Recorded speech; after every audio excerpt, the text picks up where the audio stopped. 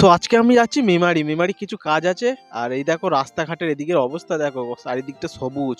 So আমরা এখন মেমারিতে চলে এসেছি। এটা হচ্ছে বামুনপাড়া মোড়, আর এই হচ্ছে প্রাণের শহর মেমারি, এই সাইডে লেখা আছে। সো আর এই মেমারির এই রবীন্দ্রনাথের ঠাকুর স্ট্যাচুটা কোথায় আছে তোমরা কমেন্ট করে জানাবে। সো ফাইনালি আমরা প্রথম কাজটা করতে চলে এসেছি এই যে দোকানে।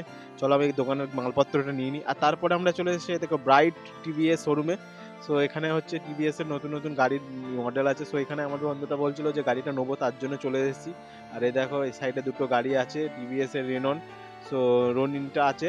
আর এইদিকে এই দেখো এর বন্ধু একটু টেস্ট ড্রাইভ নেওয়ার জন্য গাড়িটাও স্টার্ট করে দিয়েছে।